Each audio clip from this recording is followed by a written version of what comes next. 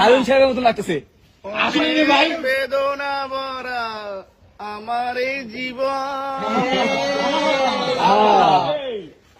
আমি আর ব্যথা পেতে চাই না। কষ্ট আরো কটা লাইন কও। অনেক বেদনা ভরা আমার এই জীবন, আমি আর ব্যথা পেতে চাই না। অনেক কেঁদেছি আমি এই জীবনে, করুণার পেতে চাই না। কই বা থাম লাগা আমরা থামতে গেছি নাকি? আরেকটা গান তো আমরা থামতে কইনি, আরেকটা গাও। আরেকটা ওয়ান্স মোর নাচবো না নাচতে হবে না, কিছু সমস্যা আছে। তাড়াতাড়ি মামা। দেওয়াল টপকে পালাতে গিয়ে ধরা পড়ল ডিবি হারুন।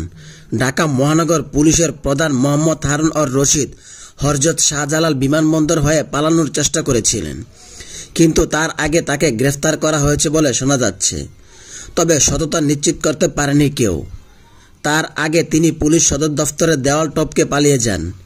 গতকাল সোমবার পুলিশ সদর দফতরের একটি সূত্র জানিয়েছেন, সাবেক প্রধানমন্ত্রী শেখ হাসিনা দেশ ত্যাগের খবর জানার পর শাহবাগের লোকজনের সংখ্যা বাড়তে থাকে।